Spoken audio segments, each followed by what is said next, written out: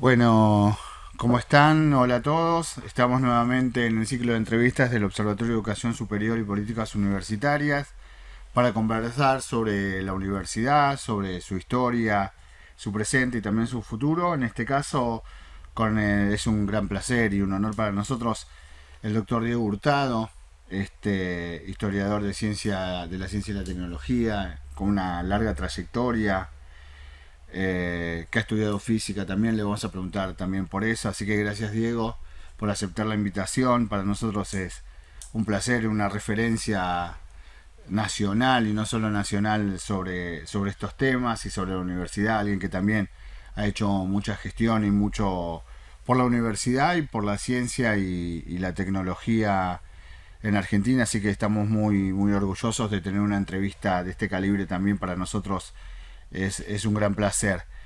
Así que, bueno, queríamos empezar un poco, Diego, preguntándote una cosa que le preguntamos más o menos a todos para que también no sea solamente una entrevista del todo puramente formal, digamos. Cómo nosotros nos encontramos con los entrevistados que tienen un presente hoy, ¿no? Entonces, siempre la primera pregunta es, ¿cómo es, para conocerte un poco, tu trayectoria familiar, tu trayectoria social, eh, cuáles son tus orígenes, tu trayectoria profesional, qué te trajo hasta acá, cómo de alguna manera estamos frente a este gran historiador que es Diego Hurtado y dónde comienza ese trayecto, digamos, cómo era tu familia, lo que quieras contarnos en esa dirección. Perfecto. Qué complicado, pero lo voy a tratar de hacer sintético. A ver, yo nací en Villa en realidad nací en el Policlínico Bancario, enfrente de la Plaza Irlanda, pero vivíamos con mis padres en la casa de mis abuelos en Villa del Parque. Toda mi vida transcurrió entre familiar, ¿no? Mi Sí. vida entre Villa del Parque, Flores con mis padres, cuando me casé, Parque Chacabuco, Boedo, Parque Chacabuco. Un triángulo chiquito, relativamente chico, ¿no?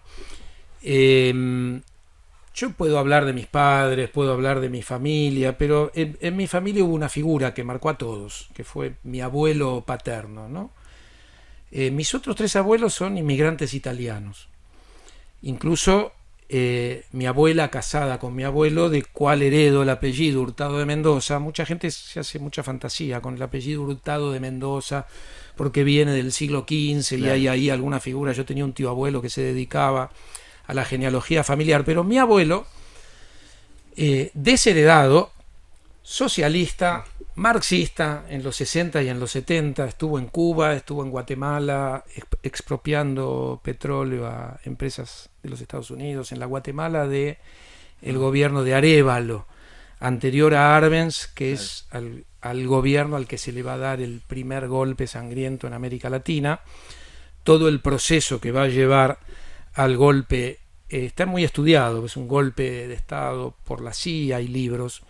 Mi abuelo estuvo en Guatemala, eh, contratado, fue como, en realidad era un militante de izquierda, sabía mucho de petróleo, no tenía un título formal, él era bachiller, había estudiado Derecho, y para dedicarse a estudiar lo que para él fue importante en su vida, que fue el marxismo, dejó la universidad y dedicó el resto de su vida a eso. Se especializó en el tema petróleo, estuvo expropiando concesiones de los Estados Unidos en Guatemala, estuvo en la Revolución Cubana, participó de la política petrolera de Frondizi, Ah, lo que Frondizi promete y después traiciona.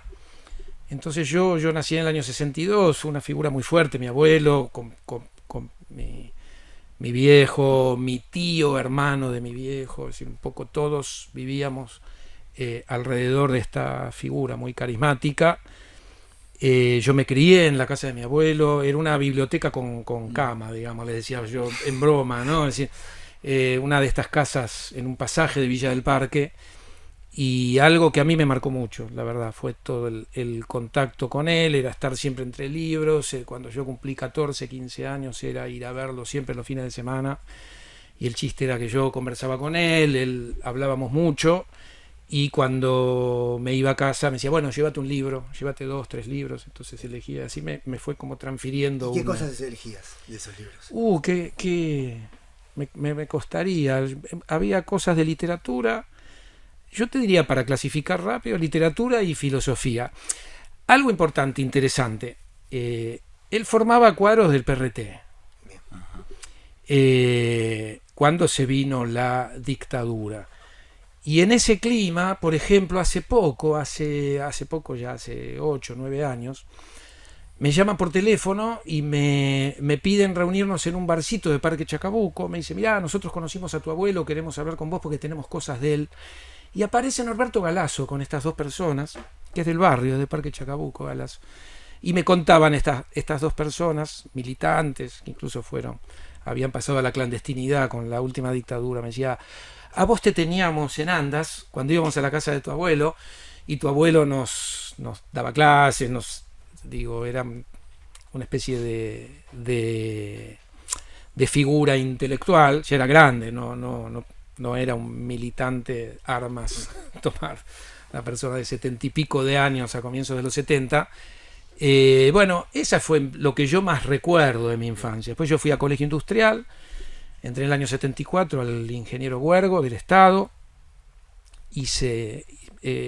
A mí me interesó mucho hacer el colegio industrial, me gustaba, lo elegí, quiero decir. En la mitad miraba a la gente que iba a bachiller y veía que tenían vida libre. Tenían vida. Claro. El industrial no te dejaba. El ingeniero Huergo era un colegio muy, muy exigente, se jactaba de ser el segundo después del Otto Krause. Pero recuerdo también haber hecho la secundaria y una edad fundamental para gente joven, para un adolescente, la dictadura. Y entonces los libros de mi abuelo suplían los libros que no estaban o no podías comprar. Me acuerdo que con el retorno a la democracia era una maravilla para alguien que ya tenía 20 años entrar a las librerías de Corrientes y encontrarte con todos los libros que uno quería tener y no podía durante la dictadura, ¿no? Estos son los recuerdos muy, muy vinculados a la política, porque mi familia fue una familia, padecimos durante la dictadura, no persecución, sí listas. Mi viejo estuvo sin laburo todos esos años porque se lo vinculaba a mi abuelo con la izquierda de los 60, y así yo llego a elegir al final de mi colegio industrial, elegir la carrera de física. Acá hay un episodio que, si me permiten contarlo. Este tema de la vocación por la física. Yo creo que no tuve vocación por la física. A mí me generaba mucha curiosidad y cierto deslumbramiento. Yo había hecho colegio industrial. Colegio industrial te prepara para una carrera de ese estilo. Uno estudia análisis matemático elemental, pero ya la cabeza la tenés preparada. Ahora yo oscilaba entre estudiar letras, filosofía o física, y ahí yo le escribo a Ernesto Sábato, una figura muy cuestionada hoy Sábato, ¿no? Es decir, retrospectivamente o por el tema de su participación en el Nunca Más y haber promovido la teoría de los 2 demonios. Les estoy hablando del año 81, cuando todo esto no estaba planteado, y Sábato era un escritor que los adolescentes leíamos mucho. Yo le escribí a él en ese momento, yo lo leía mucho a Sábato, la verdad que me gustaban sus novelas sobre todo, y también tenía ensayos vinculados a la física, ¿no? Sábato es físico, antes de dedicarse a la literatura. Ahí mi atracción por la figura de él, y para mi sorpresa me llega una carta invitándome a la casa. Yo me paso un sábado en la casa de Sábato, ahí ese día que me invita a santos lugares, que para mí es un día de esos que te quedan clavados, ¿no? en tu recuerdo. Vieron que el recuerdo es muy selectivo. Yo llego a la casa de él y ahí me encuentro que él había invitado a Graciela Maturo, que falleció en el año 2024, una persona grande falleció en ese momento. Era una escritora que hacía crítica literaria, tenía una revista de literatura que era Megafón, se llamaba, por la novela de Marechal, Megafón y la guerra, Megafón o la guerra. Y hablando con Sábato de estas cuestiones, Lo abrevio porque podría contar cosas fantásticas. Después él me invitó otras veces a su casa, 2 o 3 veces más, no mucho más, muy espaciadas en el tiempo. Pero ahí conversamos, yo le dije, quería hablar con usted porque no, mi vocación no es la física, pero necesito estudiar física porque ahí hay algo que me deslumbra, pero yo después quiero dedicarme a escribir. Una cosa Bien. que puede plantear un adolescente, digo, porque es como demasiado, ¿no? Demasiado, ¿cómo decirlo? Complejo, ¿no? Hacer primero una carrera en ciencias exactas. Bueno, Sábato me dijo, no pierdas el tiempo con la física, dedícate a escribir. Y por eso había invitado a Graciela Maturo para que yo empezara a publicar en su revista, algo que no le di bola porque finalmente entré en la carrera de física y terminé doctorándome en física.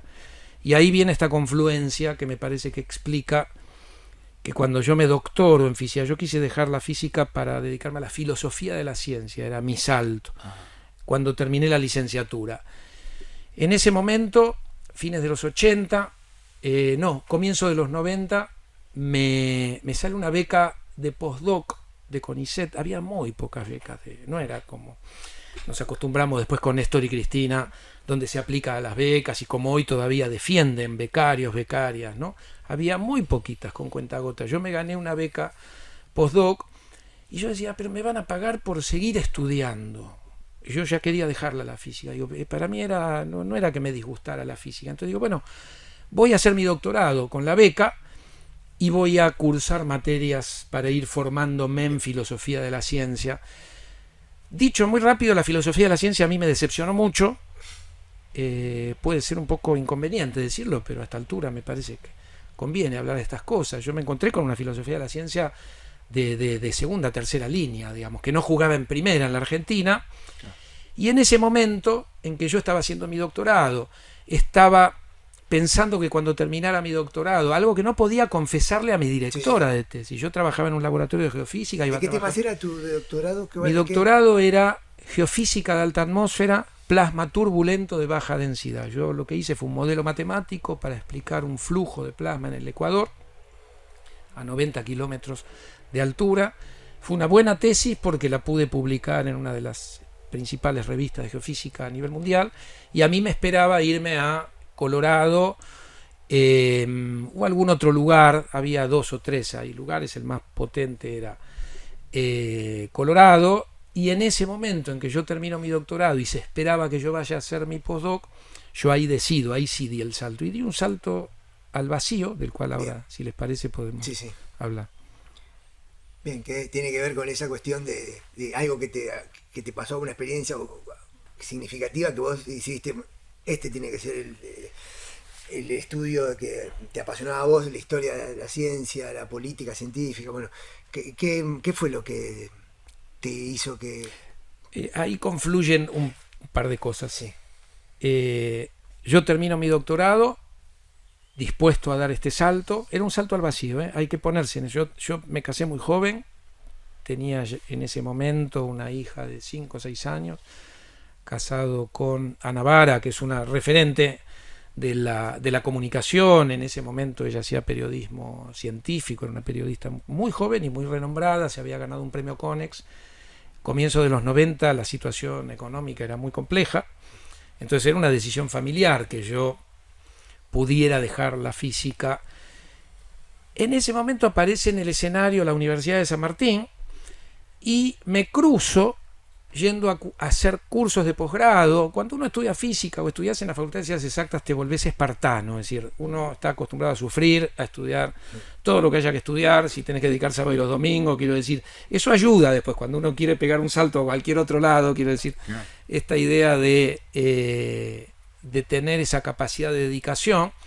Ahí me lo encuentro a Miguel de Azúa, un gran historiador de la ciencia muy joven, a comienzos de los 90.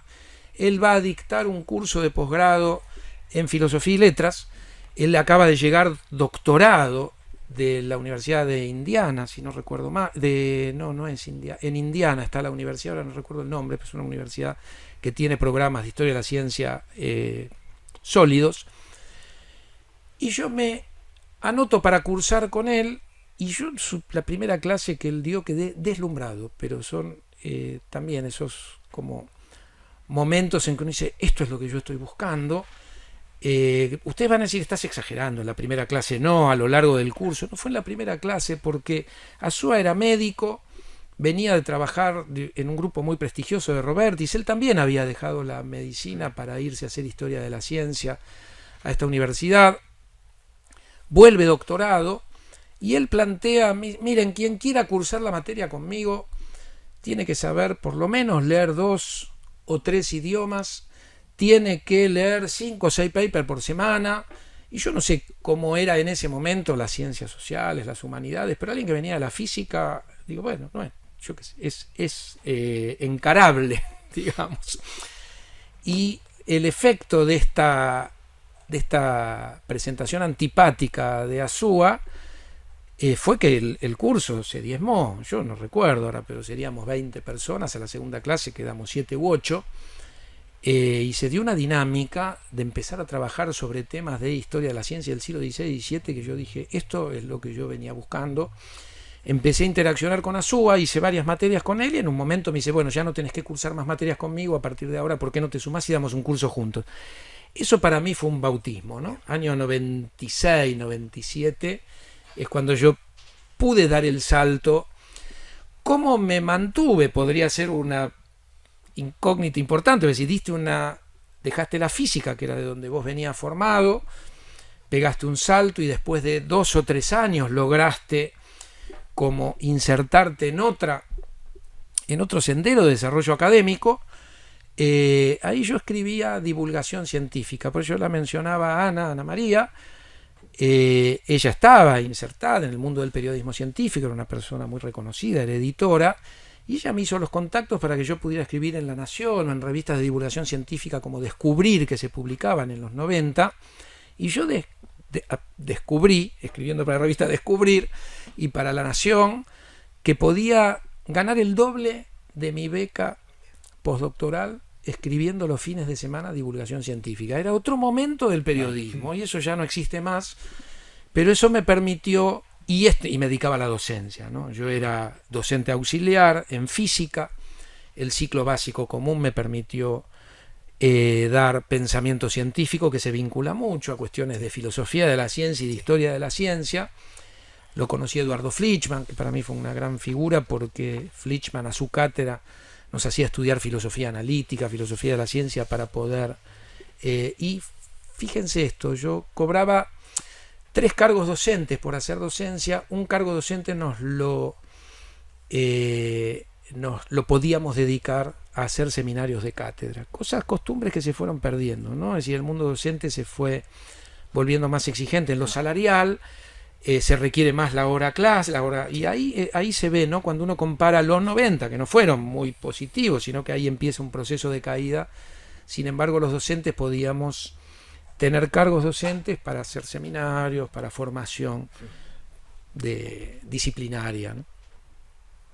Así que ahí estamos con un Diego Hurtado, doctor en física, que había sobrevivido escribiendo divulgación científica, que había pegado el salto a la historia de la ciencia, y con Miguel de Azúa, cuando yo ya era, él me trataba muy generosamente, Azúa como colega, para mí fue como un padre intelectual importante. Dimos varios cursos. La Universidad de San Martín nos abre un espacio para insertarnos como profesores. Todavía no existía la Escuela de Humanidades, ¿no? Para que nos hagamos una idea. Era una universidad que todavía no tenía un campus, que tenía sus instalaciones en el patio Esquiú del Liceo Militar y algunas aulas en la peatonal, después en Yapeyú, en la calle Yapeyú, a la vuelta de la peatonal. Y en un punto, siguiendo con esta cronología, ahí yo me inserto en la universidad, se me abre un espacio de docencia para hacer historia de la ciencia con el grupo de Hugo Tricarico. También un gran hallazgo el grupo de Hugo, las didácticas de la ciencia para mí fueron el lugar donde yo pude empezar a ejercer como profesor de historia de la ciencia, ¿no?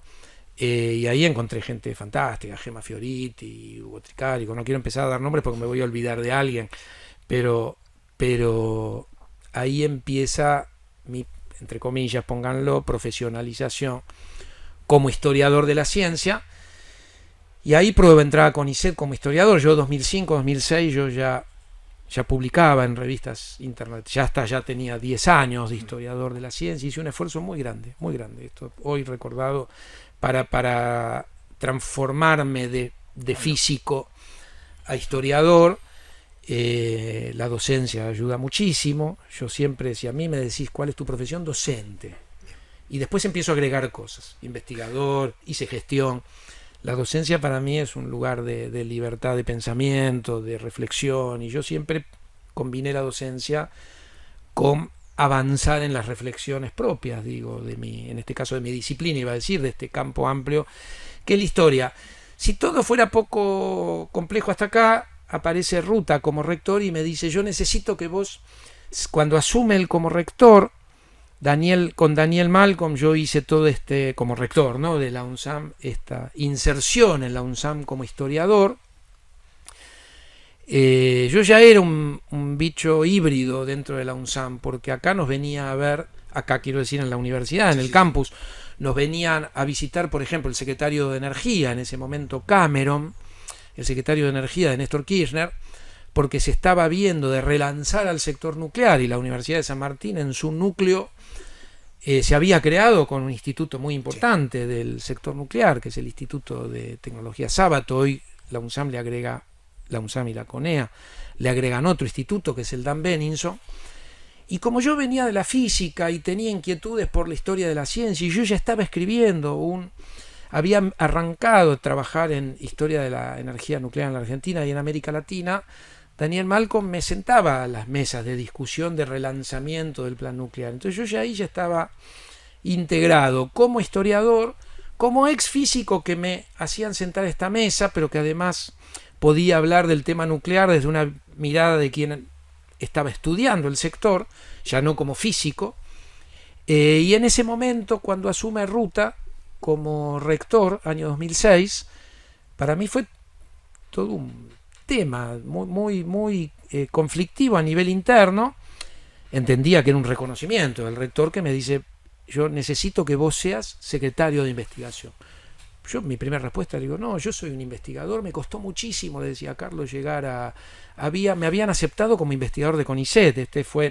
Para mí fue mi bautismo como historiador. A ver, yo me presento con mi título de doctor en física y muchas materias de posgrado hechas en filosofía y letras sobre historia de la ciencia, historia política, filosofía de la ciencia. Me va a aceptar el CONICET, va a aceptar un doctor en física para que haga su carrera de investigador en el área que CONICET define como antropología e historia. Bueno, me aceptaron en el 2006, en el 2005, con lo cual yo entro a CONICET en 2005, 2006. Carlos Ruta me pide si yo puedo tomar el cargo de secretario de investigación. Yo no puedo. Estoy muy embarcado, acababa de publicar un par de artículos en revistas internacionales, yo estaba también un poco como diciendo, bueno, finalmente estoy logrando establecerme como historiador, estoy logrando que me vean. La cuestión de las tribus disciplinarias es muy difícil. Yo todavía hoy me presento Diego Hurtado, doctor en física, fue y dicen mis cargos, pero también tiene publicaciones, nadie sabe muy bien dónde ponerme, ¿no? Como los muebles grandes, ¿y dónde lo metemos cuando lo tenemos que presentar? Y me dice algo muy interesante, tengo la tendencia a llamarlo Carlos, seamos formales en la entrevista, Carlos Ruta, rector: yo te necesito como secretario de investigación. Y ese era un momento de la Universidad de San Martín, que estaba en pleno despegue, porque reconozcamos que los gobiernos de Néstor y Cristina le dieron un lugar muy importante a la UNSAM, y Carlos Ruta me dice: vos podés hablar con los duros y los blandos. Yo no recuerdo si usó esa expresión, pero así por lo menos se cristalizó en mi cabeza. No creo que Ruta haya expresado esa expresión de duros y blandos. Habrá dicho: vos podés hablar con las ciencias sociales y las humanidades, pero también con las duras, o con las ciencias naturales, las ingenierías. No había mucha ingeniería en la UNSAM, había una sola, que era la de el Instituto, la de Materiales, exactamente. Y ahí dije: esto está bueno. El haber dado ese paso con Carlos Ruta le agregó una bifurcación a mi vida. Ahí empezó mi carrera en gestión, que me lleva a secretario de transferencia de tecnología en la UNSAM, a ocupar un lugar en la Agencia Nacional de Promoción en el directorio, año 2014, porque como premio al desempeño de la UNSAM queda una vacante en el directorio y dice hay que premiar a la UNSAM porque tuvo un desempeño enorme en lo que es transferencia, el uso del instrumento fondos argentinos sectoriales, y ahí el que estaba en la vidriera era yo, porque era secretario de transferencia, quedo en el directorio. Y otra cuestión importante en mi vida fue que en el 2014 me llaman de Casa Rosada, de la Secretaría General de Presidencia, donde estaba Oscar Parrilli como secretario general. Una experiencia un poco surrealista, porque yo estaba viniendo para la UNSAM, yo ya estaba integrado a la vida de la gestión, nunca dejé mi cargo de profesor investigador y pude llevar, como pude, las dos cosas, siendo secretario de investigación, decano interino en humanidades, secretario de transferencia de tecnología de la universidad. Me llaman muy temprano un día, pongamos que fuera a las 9 de la mañana, yo estaba saliendo para el campus y me dicen, ¿usted puede estar en Casa Rosada media hora?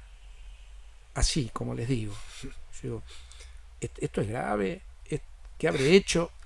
Si fuera a ir preso me viene a buscar un patrullero, no me llaman de Casa Rosada, quiero decir. Le digo, miren, no, media hora no creo que llegue, pero sí en 40 minutos. Y salí corriendo y me acuerdo de llamarlo acá. Le digo, mira, me están llamando de Secretaría General de Presidencia. Perfecto, andá y después me contás, me decía, en ese momento me dice Carlos Ruta. Llego, me recibe Parrilli. Yo creo que no entraba a Casa Rosada desde la primaria, que me habían llevado de excursión, para que se dé una idea. No estamos hablando de alguien que es militante, y entonces tiene a Parrilli, no lo conocía. Y ahí me dice Oscar Parrilli, mire, nosotros tenemos todo su perfil, saca de su cajón mi currículum, el currículum que yo tenía en mi computadora, ¿no? Yo miro así, no lo veo al revés, digo, ese es mío, ¿cómo le habrá llegado? Me dice, necesitamos que usted mañana vaya a la sede central de la Comisión Nacional de Energía Atómica y esté presente en la jura, porque usted va a asumir como vicepresidente segundo de la Autoridad Regulatoria Nuclear. Mi cabeza era un calidoscopio, como cuando uno tiene un accidente y se pasa toda tu vida delante de tus ojos. Yo más o menos estaba en esa situación. Le digo, bueno, pero mire, yo voy a salir de acá y voy a llamar al rector para... No, usted haga lo que quiera, pero mañana a las 9 de la mañana. Y yo entendía que me estaban premiando en algún punto, porque era un reconocimiento. Yo no me voy a hacer el Heidi. Para mí era yo acababa de publicar mi libro, 2014 es el año de publicación de mi libro, El sueño de la Argentina atómica. Él me había hablado de ese libro. Bueno, salí de ahí, dije, perfecto, yo mañana voy a estar a las 9 de la mañana en la jura. Asumí como vicepresidente, obviamente lo llamé a Carlos me dice, yo te felicito, para vos es una gran oportunidad, quédate tranquilo, la universidad está detrás tuyo, ¿no? Eso me tranquilizó, a mí me temblaban las rodillas, digamos, en todo esto. El tema fue que yo asumí como vicepresidente segundo y al mes y medio, 2 meses, quedé como presidente de la Autoridad Regulatoria Nuclear, porque la presidenta en ese momento, una persona con mucha historia en el sector nuclear, tenía ahí tenía un problema de anímico, había fallecido su marido hacía poco tiempo, no había logrado recuperarse. Ella estuvo muy conmigo, fue casi como una persona que me llevó de la mano, ¿no? Es decir, bueno, a los 3 meses yo era presidente de la Autoridad Regulatoria Nuclear. Eso para mí, eso es, de hecho, de manera figurada, las metáforas futboleras en la Argentina siempre funcionan. Sí.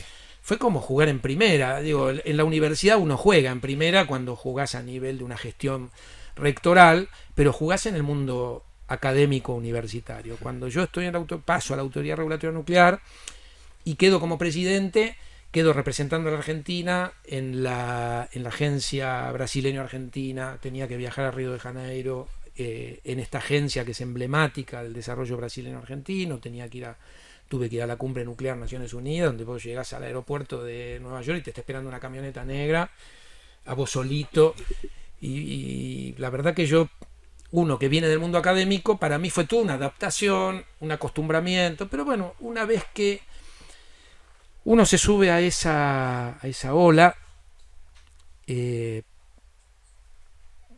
¿cómo decirlo? A mí por lo menos me produjo mucho entusiasmo. Mis vínculos con la universidad siguieron, la universidad me apoyó muchísimo en ese momento. Eso duró un año. Ahí perdimos las elecciones en 2015 como fuerza política, quiero decir, a la que yo representaba como presidente de la Autoridad Regulatoria Nuclear. La verdad que para mí fue una experiencia enorme la de la Autoridad Regulatoria Nuclear, y ahí yo renuncio el día que Cristina hace su discurso de la calabaza, a la mañana, es el 9 de diciembre, 9 de diciembre del 2015, yo voy a Casa Rosada, no había ni granaderos en la entrada, pero el último día, entro con mi renuncia, me mandan al primer piso, yo dejo la renuncia, me vuelvo a la Autoridad Regulatoria Nuclear, a esperar obviamente que me acepten la renuncia, porque uno no se puede ir de esos cargos porque presentó su renuncia. A la noche fui al acto de Cristina, y después el gobierno de Macri tardó un poquito sí, casi un mes en aceptar mi renuncia, al punto de que yo la verdad que estuve muy incómodo ese mes, porque me pedían hacer cosas que yo me negaba. Me decían, por ejemplo, mire, los llamamos de Casa Rosada, porque uno dependía, yo como presidente de la Autoridad Regulatoria Nuclear dependía del secretario general de Presidencia, porque eso es lo que le da la autonomía a la Autoridad Regulatoria para regular al sector nuclear, que dependía del Ministerio de Planificación. Y me llamaban y me decían, usted tiene que firmar de nuevo todos los contratos, que los habíamos firmado por un año, que era lo que se acostumbraba, tiene que volver a firmarlos, pero con fecha al 30 de marzo o al 30 de abril, creo que era el 30 de marzo. Es decir, pues estaban acortando los contratos porque se supone que se venían los recortes, ¿no? Cuando uno ve los gobiernos de derecha llegan a la Argentina, bueno, eso ya lo tenemos más o menos incorporado. Y mi respuesta era por teléfono. Le digo, miren, yo soy el presidente de la gestión anterior, yo a ustedes no les voy a firmar un solo papel, manden la persona que me va a reemplazar y que le firme todo lo que ustedes le pidan. No, pero usted no entiende, esto es un decreto presidencial. Le digo, mire, ustedes no entienden. Díganme en qué celda, de qué calabozo, y yo espero ahí. Lo digo de manera figurada, pero eran este nivel las charlas, ¿no? Sí. Como diciendo, miren, no, ustedes no están entendiendo, ustedes me tienen que reemplazar, yo no quiero tener ningún compromiso con el actual presidente, entonces por favor manden. Bueno, de hecho, creo que firmé cosas, pero no del compromiso, cosas para que la institución siga. Esto a mí me permitió la incertidumbre que se genera en el personal, de gente muy profesional. Esto yo lo viví adentro, ¿no? Porque ahora viene un gobierno que nos va a decir que los recortes y que sobra gente, y entonces los gremios, ¿no? Es decir, plantándose conmigo, diciendo, bueno, pero acá, ¿cómo podemos hacer? Lo quiero contar como algo que me tocó vivir, que son los momentos dramáticos que probablemente no se ven estando en otros lugares, ¿no? Esto de cómo se dan estas transiciones, se dan de manera traumática, totalmente desprolijas. Vienen, digo, cuando llega un gobierno de derecha, viene estigmatizando lo anterior, ¿no? El kirchnerismo era mala palabra, era el último círculo del infierno, ¿no? Entonces había que barrer con todo lo que se había hecho, etcétera, etcétera. Y la verdad que uno ve el impacto en el personal. Lo mismo, algo parecido pero invertido. Yo me vuelvo a la UNSAM como profesor, y en el 2019 Roberto Salvarezza, que ya está en carrera a ser ministro, es muy interesante cómo la figura de Salvarezza va generando consensos a nivel nacional, y él me pide si yo podía acompañarlo en su gestión. Lo abrevio, yo terminé siendo secretario de Planeamiento y Política los 4 años del gobierno de Alberto Fernández, que para mí fue un lugar soñado, después lo podemos hablar, pero les quería contar esta anécdota. Me tocó lo inverso, entrar a un lugar como el Ministerio de Ciencia, ahora habiendo sido gobernado por 4 años del gobierno de Macri. Y había sido una devastación, y a mí yo tuve la Secretaría de Planeamiento y Políticas en el 4º piso de donde está el ex ministerio, en el polo científico-tecnológico de Palermo, y venía cuadros técnicos hipercalificados, que es lo que tenía la Argentina. Yo no sé hoy, para mí es una incógnita, pero hasta el 2023 esto se conservó y se hizo crecer. Cuadros burocráticos, técnicos burocráticos, que cuando venían del BID o de organismos internacionales nos reconocían que eran clase mundial, ¿no? El Estado ñoqui, bueno, ¿no? El Estado ñoqui era trabajadores, trabajadoras, clase mundial, pero cuando arrancamos y encontramos la devastación que había dejado el gobierno de Macri, yo recuerdo varios casos de gente, lo digo en abstracto para no poner nombres y tampoco género, porque también esto no era una cuestión del género femenino que lloraba, digo, que te venían llorando y se le caían también varones, yo qué sé, angustiados, me contaban, estuvimos 4 años sin tareas asignadas, ¿no? No fue así todo el Ministerio de Ciencia, que fue degradado a secretaría, pero hubo unidades de ejecución de políticas donde la gente estuvo abandonada durante 4 años. Entonces digo esto, perdón, esto completa un poco todo este arco, ¿no? De alguien que arranca como doctor en física, se sube a su idea de ser historiador y para eso también tiene que hacer divulgación científica. Esa beta periodística a mí me quedó y yo sigo escribiendo desde esa época, cuando puedo y como puedo.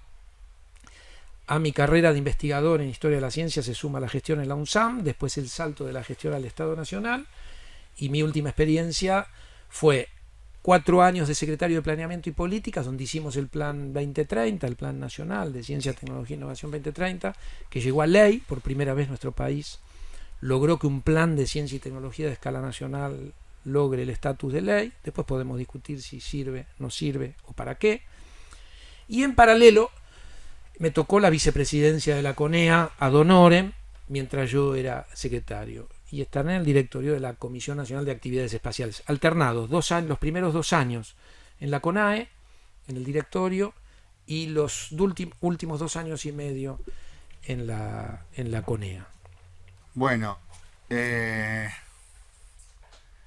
una última cosa que me quedó de esa trayectoria espectacular que contaste, que es algo que vos subrepticiamente decías y que debe ser como de todos los desafíos que asumiste y qué sé yo, uno medio raro, que es el que tiene que ver con una cosa que te dijo Ruta, que a todo el mundo que trabaja en la universidad y hace esos saltos le debe haber pasado. La pregunta concretamente es, ¿cómo te fue con lidiar con esas 2 tribus? La de los historiadores y la de los físicos, porque vos hiciste ese salto y bueno, y él te decía, vos vas a poder dialogar ahí con los dos, ¿cierto? ¿Cómo te fue en ese diálogo?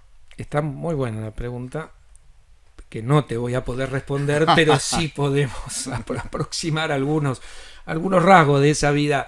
Vos decías físicos, biólogos, claro. Los biólogos moleculares en la UNSAM son potentes, matemáticos, todo lo que es, que no se ofendan los profesores, investigadores, la fauna, ¿no? de las ciencias naturales en la UNSAM, porque ahí tenés, yo algo que pasé por encima, es decir,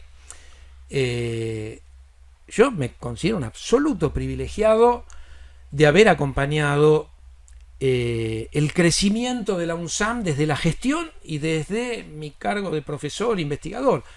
El despegue que hizo la UNSAM es una cosa notable, increíble. Yo creo que todavía necesitamos dimensionarlo. Y hoy estamos nosotros tenemos yo creo que el privilegio, más allá de todo lo que hoy padecen las universidades, comparativamente dentro del campo académico universitario, me parece que la UNSAM logra una identidad, generar un modelo con ciencias sociales y humanidades muy potentes y con ciencias naturales, tecnología y algo que agrega en algún momento de la década de 2010 en adelante, que son las ingenierías, ¿no? Persiguiendo un modelo de institución. Después, si quieren, podemos volver a este punto, porque me interesa recuperar tu pregunta. Quiero decir esto como contexto. Uh-huh. Para mí fue riquísimo y yo creo que me beneficié muchísimo en mi carrera de historiador, trayectoria, no sé si hablar de carrera.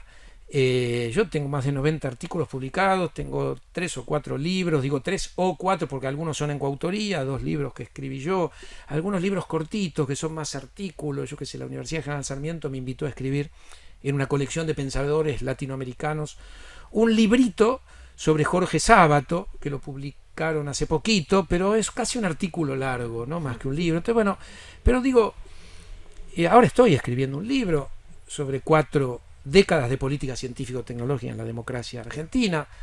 Es decir, esto fue una estrategia consciente que la pude implementar en la medida en que me lo permitían las condiciones reales, digo, las exigencias laborales o de gestión, que es hacer converger mis agendas de investigación con mi trabajo de gestión.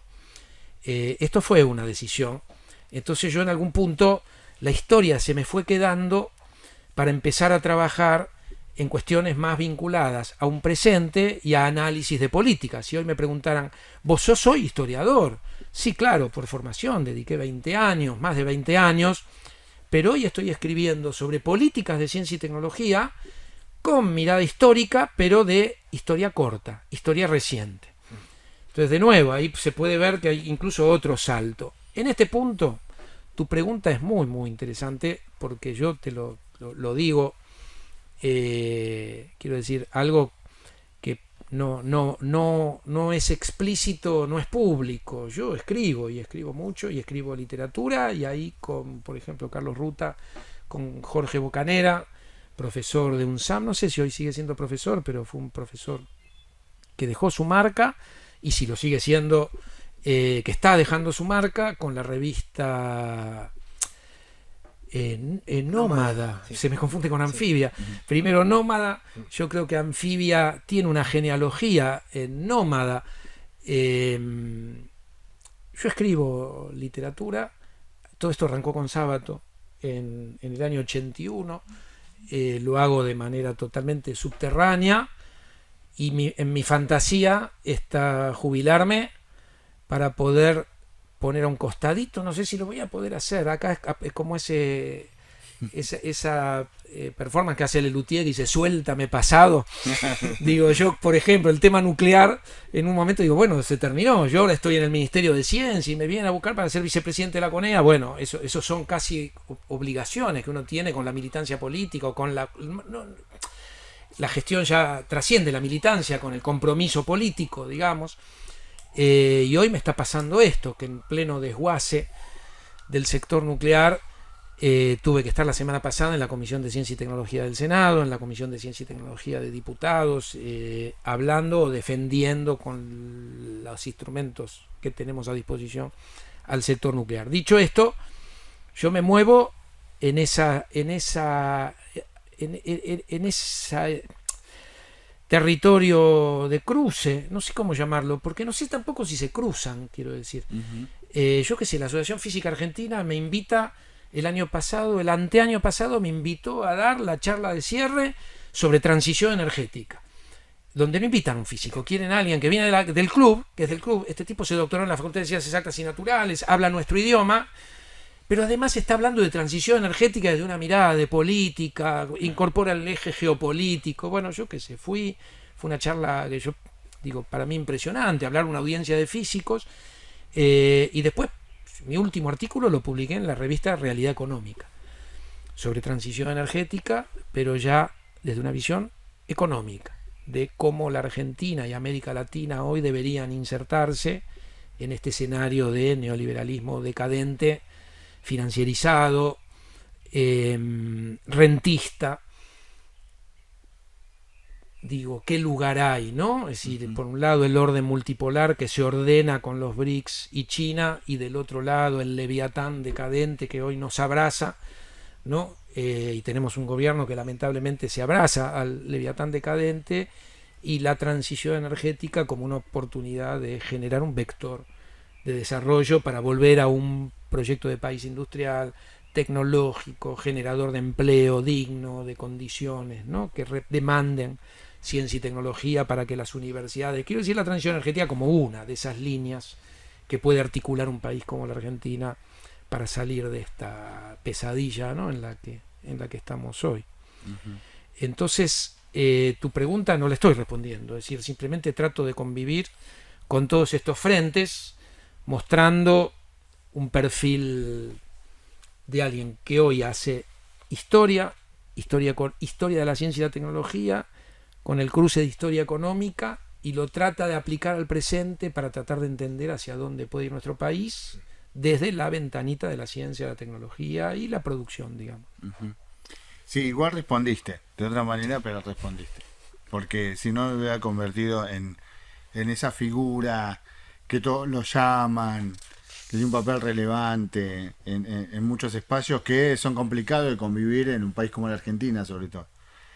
En esa dirección, Diego, ¿cuál es el papel, valga la redundancia también, de las instituciones en el desarrollo científico y tecnológico? ¿Y cuál fue el papel de la CONEA, a la que vos le pasaste hace un ratito como por arriba, pero en otras entrevistas nosotros vimos que vos a eso le otorgaba un lugar muy relevante, digamos, en esta trayectoria de la ciencia y la tecnología en Argentina? Contanos un poco de eso, si podés. El punto de las instituciones es, por lo menos en mi trayectoria, fue importante. Cuando vos me preguntabas a mí, ¿a qué te dedicas en el 2008, 2009? Cuando yo ya estaba en gestión, pero como historiador, yo te decía, historia política e institucional de la ciencia y la tecnología. Y a lo que yo me dediqué en mis 2 libros, que son los 2 libros que yo creo que circulan mucho a nivel posgrado, y están agotados, y entonces circulan los PDF, bueno, es justamente a tratar de entender el rol de las instituciones. Lo digo breve, el poder económico concentrado que padece hoy la Argentina, un poder financierizado, los grandes grupos económicos que en la Argentina no encarnan un proyecto de desarrollo, al revés, encarnan un proyecto de subdesarrollo. Este poder económico no necesita de las instituciones. Es el campo popular quien necesita de las instituciones para poder estabilizar las conquistas, ¿no? Y la ciencia y la tecnología es parte de las conquistas, o debería ser parte de las conquistas de un proyecto de país industrial, con conocimiento, para generar empleo, salud, educación. Entonces yo, en lugar de las instituciones, las ubico. Es un tema difícil, porque hay teoría del Estado, las universidades públicas son el Estado, y el Estado, desde una mirada, yo que sé, marxista, reproduce las condiciones, ¿no?, de reproducción, es decir, reproduce lo que necesita el capitalismo para continuar con su modelo de acumulación, con la propiedad privada. Eso es cierto, pero también a lo García Linera, en el Estado se cristaliza, se condensa o se expresan los conflictos de clase, digamos, los conflictos. Y entonces yo creo que las universidades públicas, es decir, hay espacios dentro del Estado que son ganados por el campo popular o por los sectores mayoritarios, y las universidades públicas en Argentina son un espacio ganado por el campo popular. Esto arranca con la reforma del 18. A mí me cuesta mucho asimilar las universidades privadas a las universidades públicas, porque son 2 cosas muy diferentes. Vos podés crear una universidad privada para que hagan ciencia y tecnología, investigación de calidad, pero es otra genealogía, otra familia, no, otro proceso, quiero decir, ¿no? Entonces, cuando uno mira la reforma del 18, el gobierno de Perón con la gratuidad, o modelos como la Universidad Obrera o el Instituto Balseiro, que es un instituto universitario, ¿no?, que está en las antípodas de la Universidad Obrera, porque quien va al Instituto Balseiro tiene beca completa, hay muy poquitas becas, y del otro lado, Universidad para los Trabajadores, y para el resto del campo universitario público, las universidades. Ahí aparecen las universidades privadas en la legislación argentina, ¿no?, esta batalla laica o libre que da Frondizi en el año 59. Recién se pueden empezar a crear universidades privadas en el año 59, pero ahí el lobby es de las universidades confesionales. Esto no significa devaluar las universidades privadas, para nada. Yo creo que ahí están y están cumpliendo un rol, pero las universidades públicas me parece que representan un lugar del Estado, es territorio del Estado nacional ganado por el campo popular. La autonomía universitaria, todo lo que tiene que ver con el ascenso social. Y en ese sentido, me parece que la Universidad de San Martín cumple con creces ese rasgo de identidad. Estamos en distrito industrial, ¿no?, respondiendo a muchos y muchas estudiantes primera generación universitaria. En ese sentido, digo, las instituciones, yo me animo a hablar de América Latina, yo hice estudios comparativos con Brasil, quiero decir, y estuve muchas estadías en la Universidad de Campinas estudiando estas cosas con colegas de Brasil. Me parece que esto pasa en otros lugares. La Universidad Pública Argentina es única. en ese rasgo, ¿no? Yendo a la Comisión de Energía Atómica como una institución que resguarda activos estratégicos de nuestro país, que nuestro país supo construir, tiene, a mi juicio, esta misma función que yo le asignaba a la universidad pública, pero en el campo científico-tecnológico, de poder generar espacios de estabilidad para procesos que necesitan estabilidad, para acumulación de capacidades con incrementos de autonomía. La Argentina no tiene muchos espacios como la Comisión Nacional de Energía Atómica y sectores como el sector nuclear, donde fuimos capaces de llegar a la frontera tecnológica y hoy Argentina exportando reactores nucleares multipropósito, pero también con capacidad. No estamos exportando satélites, pero producimos nuestros propios satélites geoestacionarios y los podríamos exportar si tuviéramos un gobierno preocupado, porque la capacidad está, y de hecho la empresa INVAP en algún momento había establecido, yo no sé eso hoy en qué está, pues perdí un poco contacto con esa información, con Turquía para poder construir junto con Turquía lo que podría ser el primer satélite geoestacionario de diseño argentino. Casos que se contraponen podría ser medicamentos y vacunas. La Argentina apostó en la década de los 40 medicamentos y vacunas, y recién hoy la Universidad de San Martín está produciendo la primera vacuna. ¿Qué pasó en el medio? Bueno, es que obstáculos geopolíticos, económicos, proyectos de país que no apuestan a la ciencia y la tecnología frenaron los desarrollos biomédicos. Lo mismo en aeronáutica. La Argentina quiere fabricar aviones y exportar aviones desde la década de 1920. 1927 la Escuela Militar de Aviones, y a partir de ahí toda la aeronáutica. Nos enorgullecemos de la aeronáutica argentina, pero Argentina hoy no exporta aviones. Lo mismo podríamos decir con hidrocarburos. Tenemos vaca muerta, pero tenemos que traer capital extranjero y tecnología extranjera para poder explotar el gas y el petróleo, que hoy se están llevando de manera bastante poco presentable y digna, para decirlo rápido.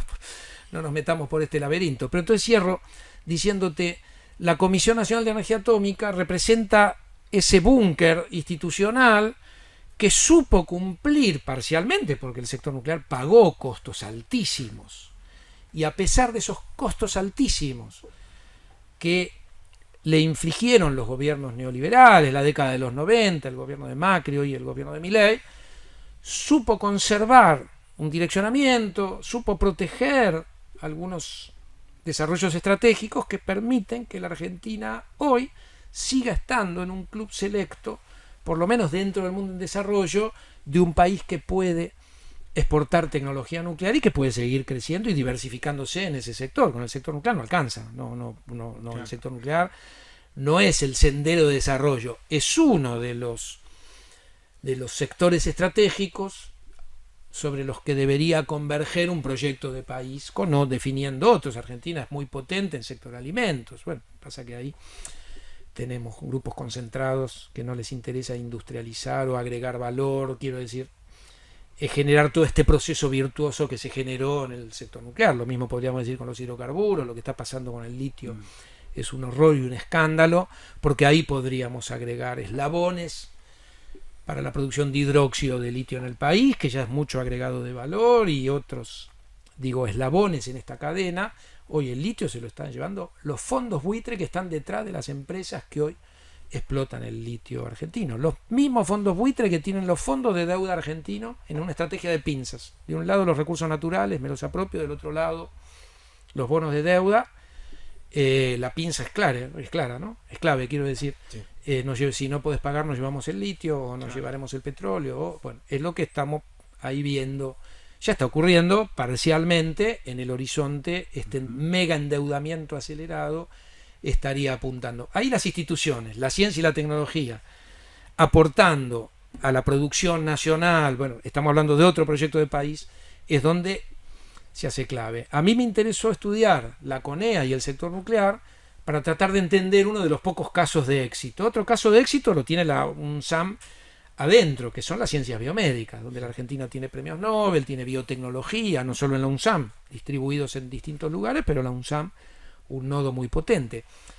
Y no sé qué otros espacios, qué otros núcleos, biotecnología, vegetal, animal y humana, sector nuclear, y después sí podríamos, ya descendiendo algunos escalones, industrias pymes, capacidades, pero ya no con las capacidades que logra el sector nuclear espacial, de un lado, y el sector de las ciencias biomédicas en sentido amplio, ¿no?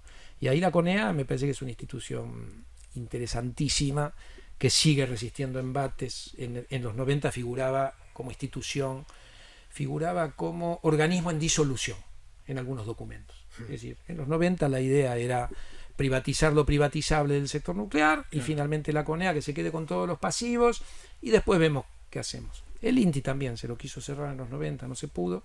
Y ahí está una CONEA que sigue defendiendo a sus trabajadores, sí, los propios trabajadores defendiendo al revés, ¿no? Los trabajadores tratando de defender la institución, ¿no? Y recuperar algo de la, podríamos decir, un salario digno. Y el 80% de la Comisión de Energía Atómica tiene salarios por debajo de la línea de pobreza, ¿no? Digo, estamos hablando de eso hoy. ¿Sí? Hoy estamos de nuevo en una especie de borde del abismo en ese sentido, pero yo creo que vamos a sobrevivir a esto, porque ya pasamos por los 90 y empezaremos otro proceso de reconstrucción, ¿no? Hace un ratito que estabas escribiendo sobre como una especie de balance, si no entendimos mal, sobre el desarrollo de la ciencia y la tecnología en el país. Y ahora el año que viene vamos a cumplir 50 años del último golpe militar. Pasa rápido el tiempo.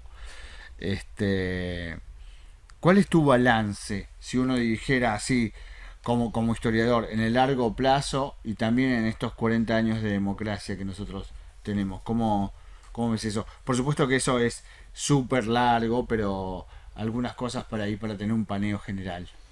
Bien, primero está el tema de la dictadura, ¿no? Yo creo que ahí heredamos la democracia argentina hereda un trauma, ¿no? Que es el genocidio, 2 generaciones, digamos, de gente joven.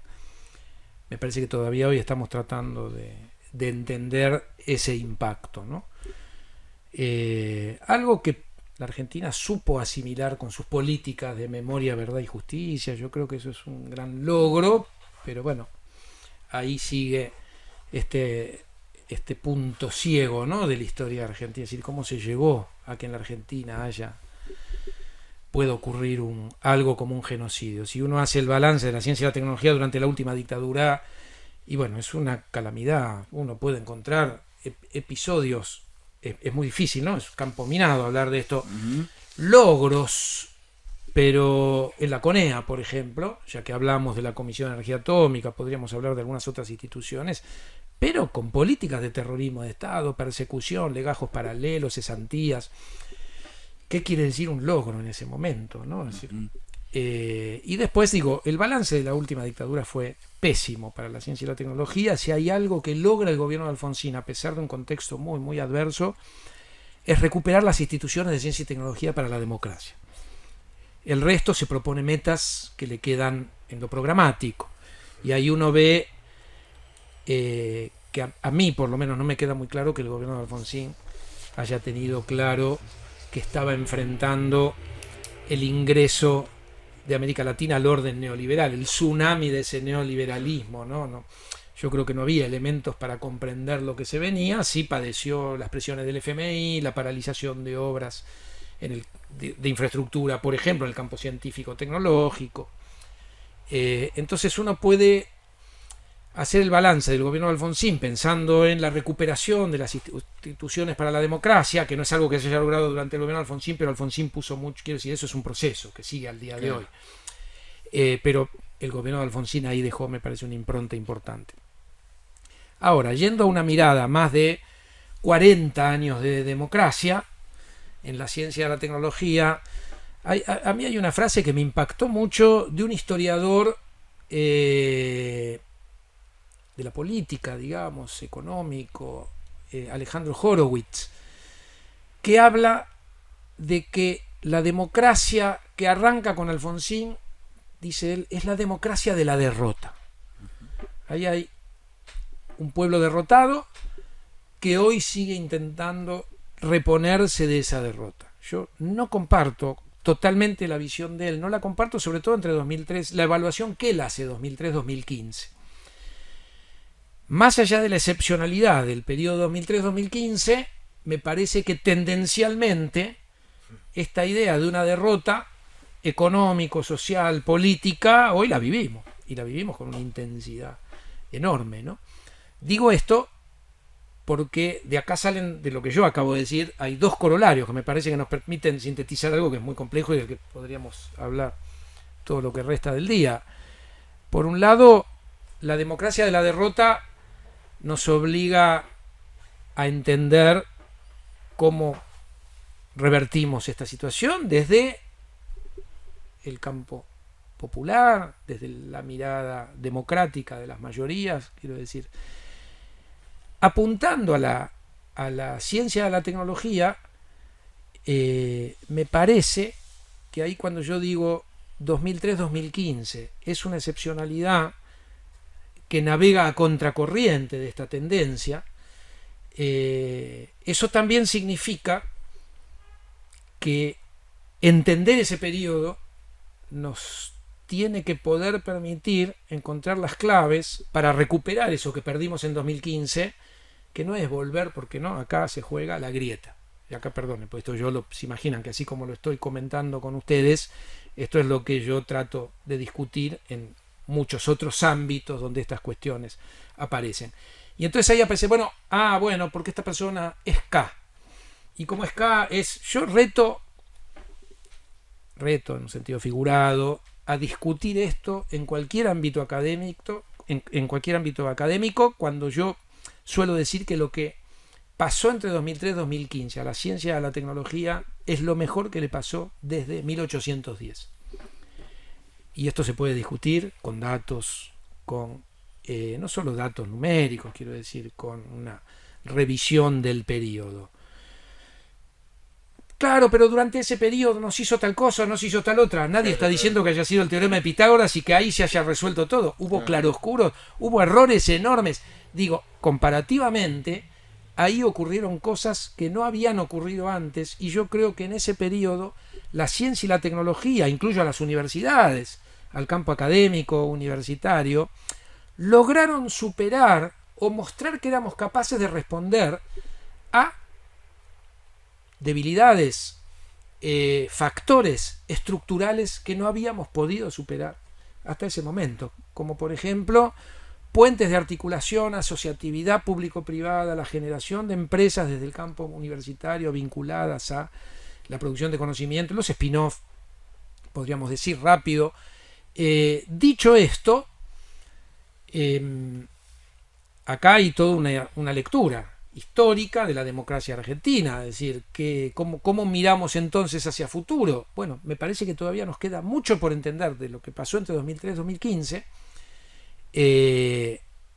pero hoy estamos en otro contexto, es decir, no significa trasplantar eso o a ver dónde quedamos en 2015, ¿no? Está claro, perdón, lo aclaro porque se banaliza tanto este tema de que como uno es K, entonces lo que está es cantándole, ¿no?, loas apologéticas. Bueno, yo creo que se puede discutir con absoluta objetividad, y ahí yo puedo hablar de instrumentos de política científico-tecnológica, como los fondos argentinos sectoriales, como un punto de llegada de la evolución de instrumentos de política, lo que fue la comunicación pública de la ciencia y la tecnología en el plano cultural, acompañando procesos como la puesta en marcha de Atucha 2, que había quedado paralizada en los 90, 2 satélites geoestacionarios fueron puestos en órbita diseñados por la ARECID. Cuando uno revisa lo que pasó en la producción pública de medicamentos, la creación de más de 15 universidades, nunca sé muy bien la cifra porque se dice 19 porque en los documentos figuran 19, pero alguna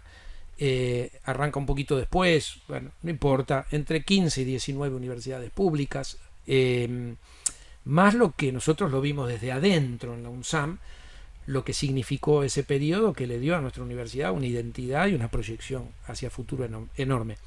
Entonces, yo veo déjame decirte, más que 50 años, porque está bien lo de 50, yo no había pensado, se van a cumplir desde el 24 de marzo. Déjame ponerlo en el periodo, porque hay un corte, ¿no?, con el alfonsinismo, es decir, con la vuelta a la democracia, hay un corte muy claro. Las 4 décadas de democracia para la ciencia, la tecnología y las universidades son muy sinuosos, muy sinuosos. Me parece que hay muchas lecciones que tenemos que poder aplicar para cuando vuelva a la democracia argentina un proyecto de país. Yo creo que hoy no hay proyecto de país, ¿no? Quiero decir, consensuado como merece una democracia. Cuando eso retorne en la Argentina, va a retornar y va a retornar pronto, está claro esto, y esto no porque uno sea desestabilizador o golpista, este gobierno implosiona solo, y no hay que tener vergüenza de decir que esto así no se puede sostener, o el gobierno cambia o se van a tener que ir. Cuando vuelva un proyecto con demanda de conocimiento, de valorización de las universidades, ahí hay mucho aprendizaje. Yo creo que nuestro país tiene la capacidad, la experiencia acumulada en sus universidades y en sus instituciones de ciencia y tecnología para revertir esto e iniciar un proceso de escalamiento y recuperación acelerado, porque eso está, y eso es lo que demostró la Argentina hasta 2015, y después en otros sectores, en otros momentos, se puede ir a buscar entre 2019, 2023 cosas positivas, no de la potencia de ese periodo, pero existen las capacidades, esto es importante, no solo científico-tecnológica, de gestión del conocimiento. Cuadros técnicos, cuadros universitarios, quiero decir, eso en el país está. Bien. Bueno, ahora te queremos llevar un poco a ver los debates actuales sobre la universidad y con la temática de la inteligencia artificial. Ahí queremos ver tu perspectiva sobre qué opinás vos acerca de qué impacto tiene la inteligencia artificial sobre las instituciones universitarias, qué se gana con su uso, bueno, qué se pierde.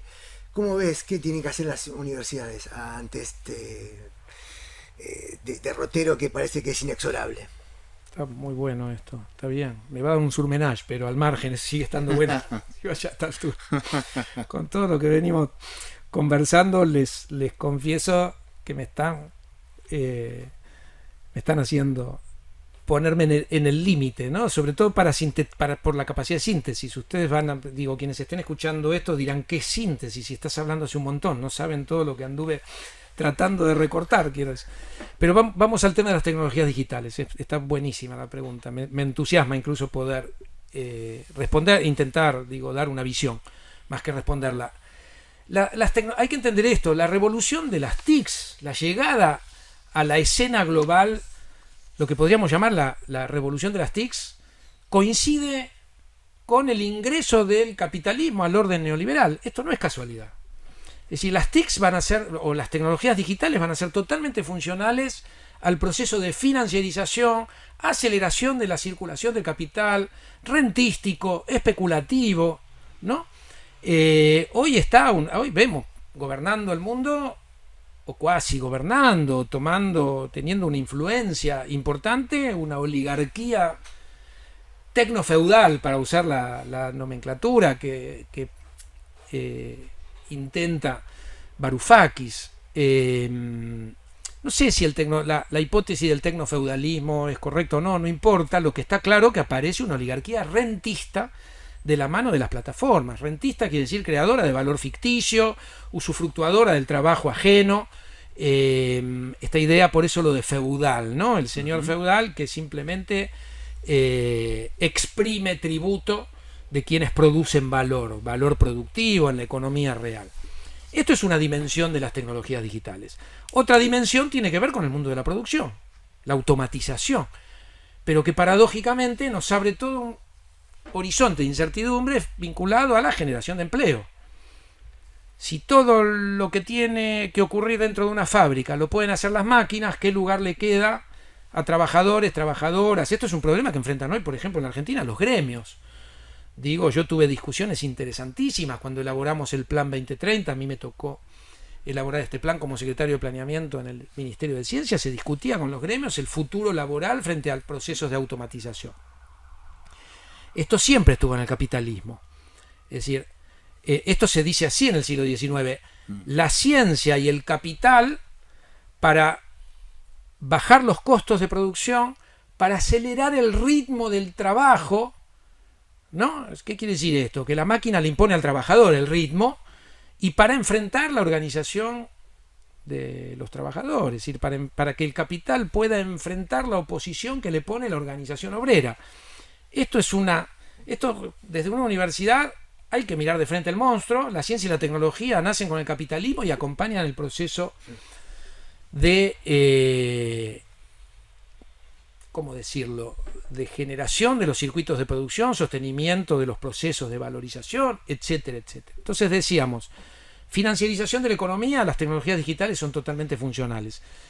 Hoy yo diría, yendo por este carril del mundo de la producción y el trabajo, se agrega algo clave, y es que hoy en los modelos Milley o Elon Musk de ser humano, uno podría decir, esta gente maneja un modelo bidimensional. El ser humano es un sujeto de trabajo y de consumo.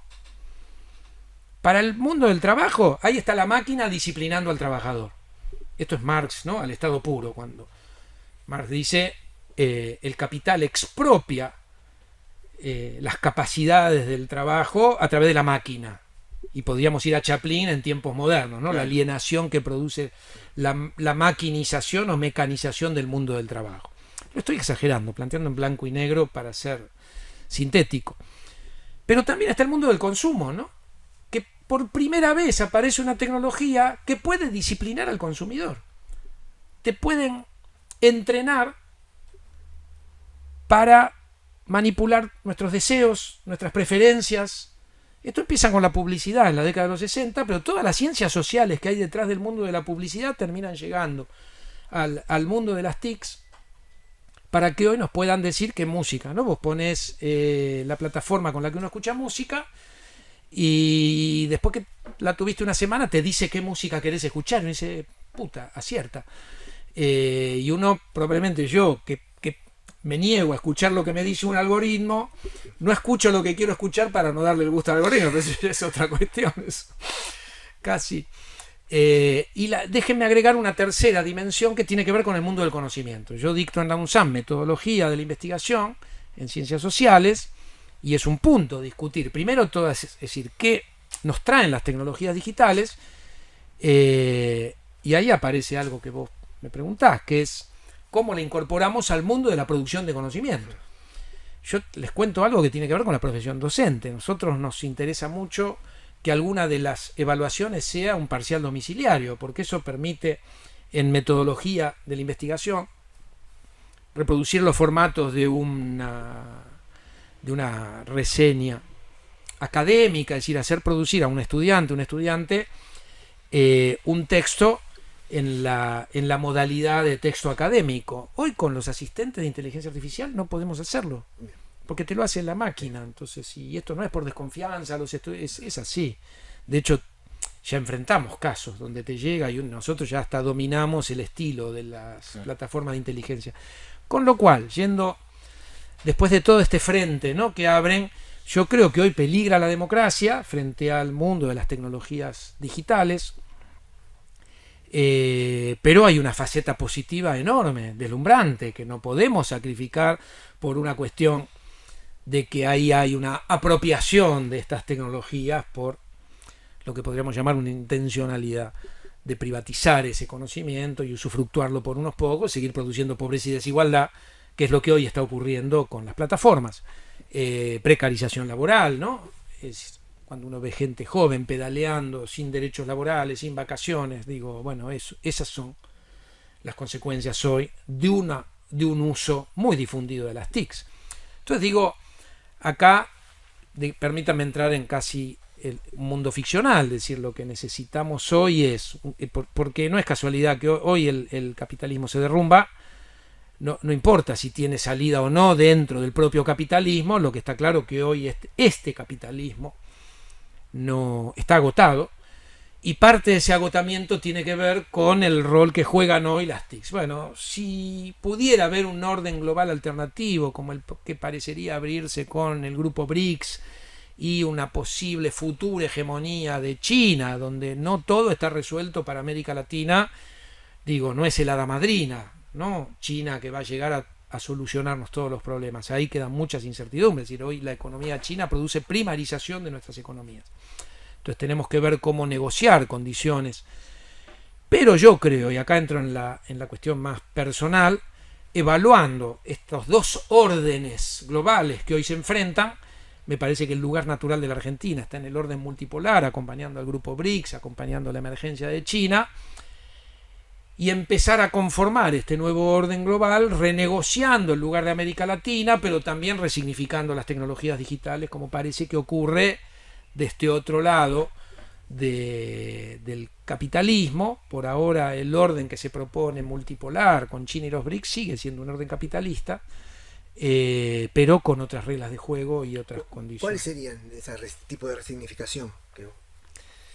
Primero, cosas que yo uso para evaluar. Hoy el orden con el que Estados Unidos soñó que iba a ser unipolar, donde llegó a hablar de manera disparatada del fin de la historia. Una locura hablar del fin de la historia simplemente porque colapsó la Unión Soviética. Fíjense cómo la historia trabaja con corrientes visibles, corrientes más subterráneas, porque resulta que el colapso de la Unión Soviética significó una segunda etapa de la emergencia de China con todos los aprendizajes que le deja la Unión Soviética, pero al estilo chino. Y esta segunda vuelta de una posible emergencia del socialismo ya viene mucho más sofisticada que lo que fue la Unión Soviética, ¿no? En ese sentido, el final de la historia marcó lo que era la utopía del orden unipolar. Bueno, fracasó de manera estrepitosa, ¿no? Es decir, hoy ese orden unipolar es lo que nos lleva a una crisis financiera, una crisis sanitaria como ocurrió con la pandemia, y nos deja al borde de posibles nuevas situaciones de pandemia. Tenemos un problema con el cambio climático, donde el planeta está en una situación compleja, ¿no? Hoy, de nuevo, ahí hay un nivel de incertidumbre. En ese punto, Estados Unidos hoy necesita de la guerra, ¿no? La guerra hoy es funcional a los procesos de acumulación de este orden unipolar decadente. Y del otro lado necesitan la paz. China hace esfuerzos enormes por sostener la paz porque es en situación de paz que emerge y sus aliados logran.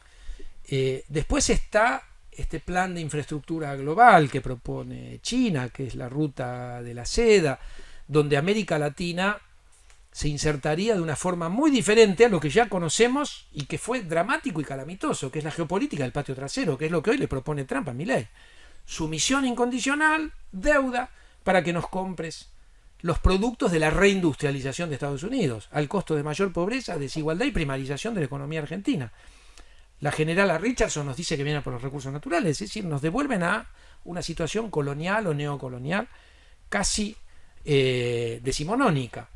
Frente a eso, lo que se ve en la construcción en el proceso incipiente de construcción de un nuevo orden multipolar, presenta algunas variables que para la Argentina pueden ser muy positivas. Argentina había firmado con China la construcción de una cuarta central nuclear que iba a aportar 1.150 megavatios, 2 centrales hidroeléctricas en la Patagonia. Hoy todo eso está paralizado y para la Argentina son 3.000 megavatios de energía limpia, ¿no?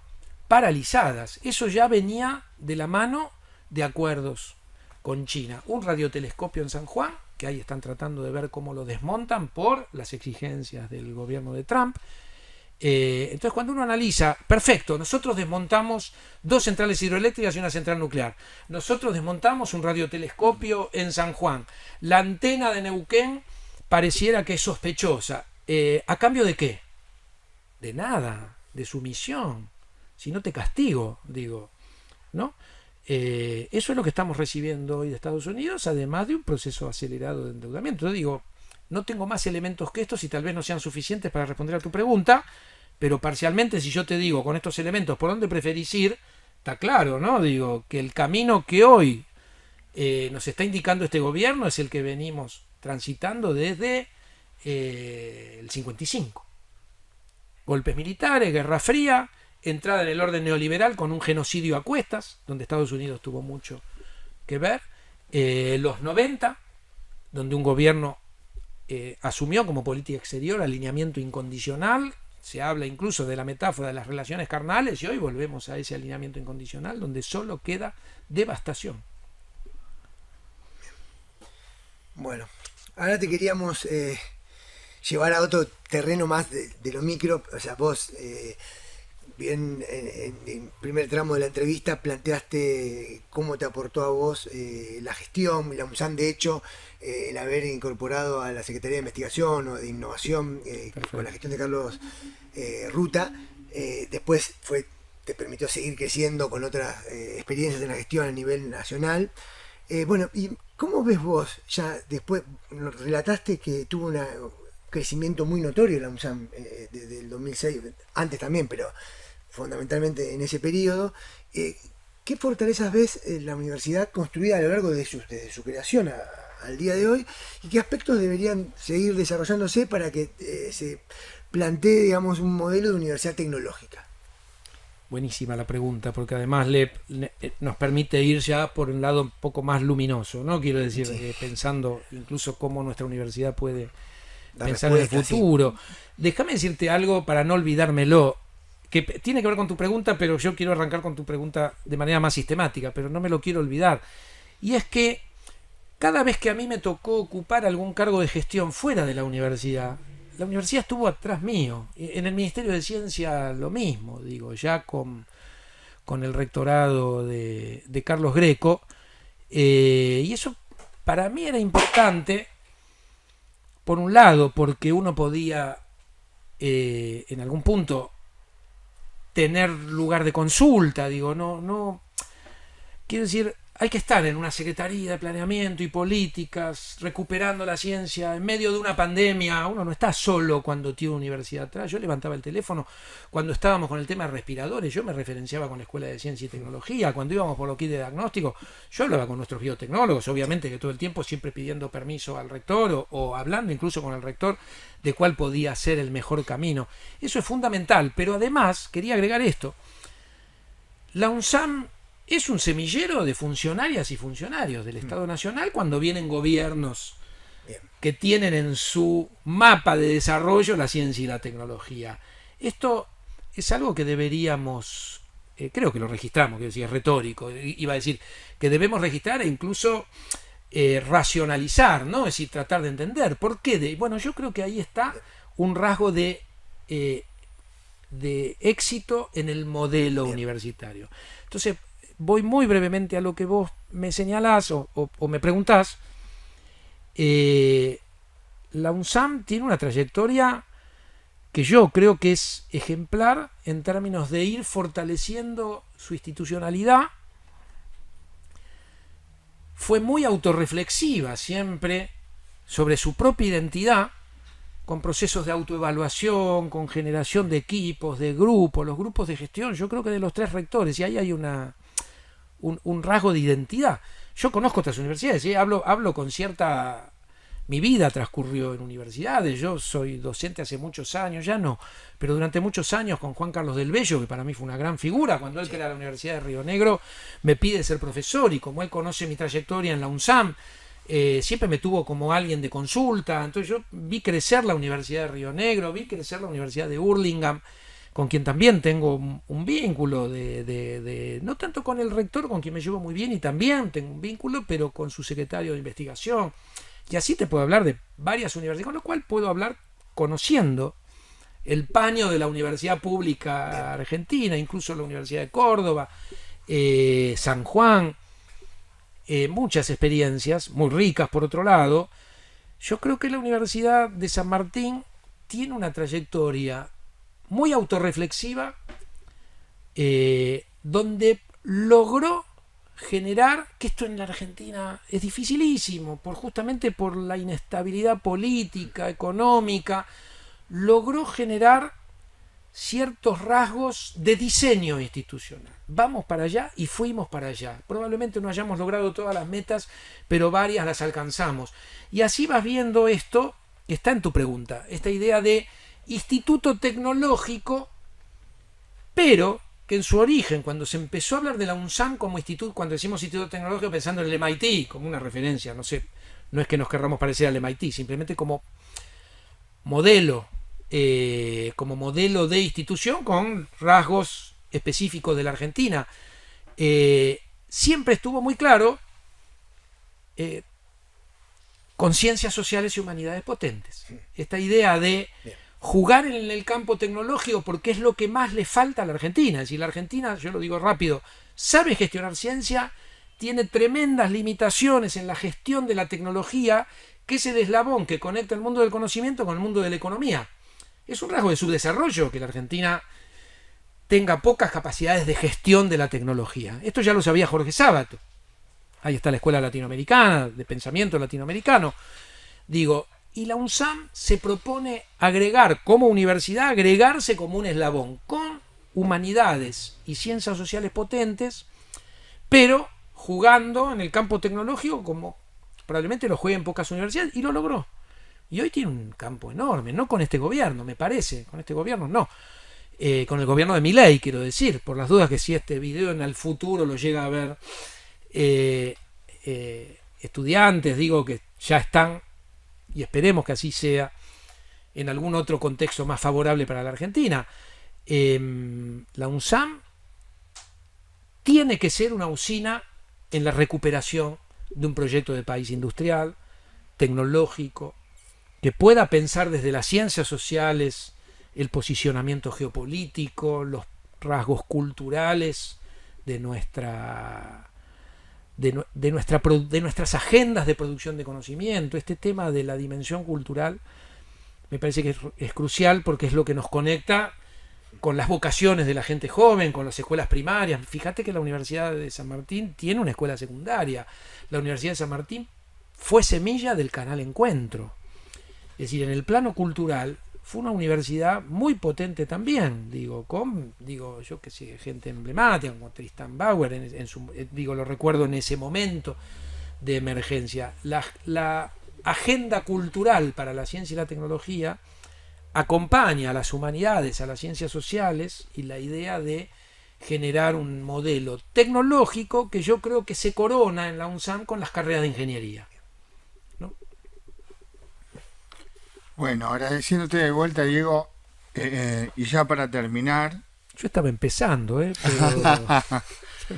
Muchas gracias por todas tus reflexiones y este largo rato muy fructífero. Sí, por supuesto podríamos seguir con muchos temas porque además, como la realidad siempre es compleja y todo está atado, todo tiene que ver con todo, abriste también un montón de puertas ahí a pensar varios temas que no abordamos. Y respecto de pensar varios temas, ¿cuál crees que son? Seguramente muchos, pero para que puedas decir algunos que te parezcan los más importantes, los desafíos que deberían enfrentar las universidades en los años por venir. Y fundamentalmente un poco de lo que vieron que yo recurrentemente revoloteo siempre sobre el mismo núcleo, que es un proceso acelerado de recuperación. La Argentina hoy está en una situación increíble para lo que nuestro país tiene en términos de potencialidades, ¿no? Los niveles de pobreza, de desigualdad. Me parece que las universidades en la Argentina, siendo esta cosa heterogénea, ¿no? Hay más de 60 universidades, pero que esa heterogeneidad también habla de un sistema universitario muy dinámico, adaptado a los territorios. Hay mucho, hay capacidades, creo, suficientes que van a ser muy necesarias en un proceso de recuperación. Yo digo, de recuperación tiene que ser acelerada porque hoy estamos en una situación dramática. Yo creo que eso es posible y que si hacemos bien las cosas, las universidades van a jugar un rol fundamental, y ahí, obviamente, pensando en la UNSAM, la UNSAM puede ser una usina, puede tener un rol muy dinámico, y volver a entrar en un momento de enorme crecimiento como le pasó. Esta es una universidad que florece cuando el país florece. Es una universidad que tiene la capacidad de acompañar proyectos de país, que demandan ciencia y tecnología. Eso es lo que demostró la UNSAM. Lo demostró en varias ocasiones, no solo 2003-2015, lo demostró en el 2019-2023, lo demostró en la pandemia, ¿no? Nuestra universidad, yo estaba en el ministerio y escuchaba todo el tiempo, hay que hablar con la gente de la UNSAM, hay que hablar con la gente, hay que hablar con los nanotecnólogos, hay que hablar con los biotecnólogos. ¿Por qué no?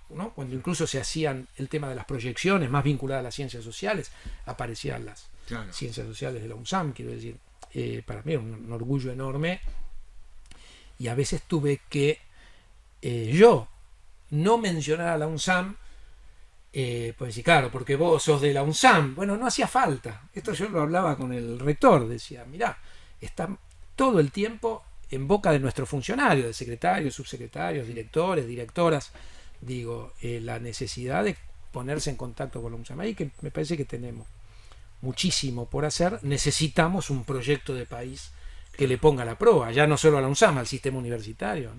¿Qué conocimiento tenemos que producir? ¿Qué conocimiento necesita la Argentina? Hoy ninguno. Timba financiera necesitamos, no sé, expertos en casino, no sé qué tendríamos que traer, ¿no? En azar, en juegos de azar. Cuando aparezca ahí un proyecto de país del cual también vamos a tener que participar en la construcción, ¿no? Porque los proyectos, la generación de proyectos de país, qué tipo de políticas públicas es lo que demanda ciencias sociales y humanidades, digo. Ahí me parece que vamos a tener un rol interesantísimo para jugar. Yo les agradezco la posibilidad de esta entrevista. Muchas gracias a vos. Diego, Muchas gracias.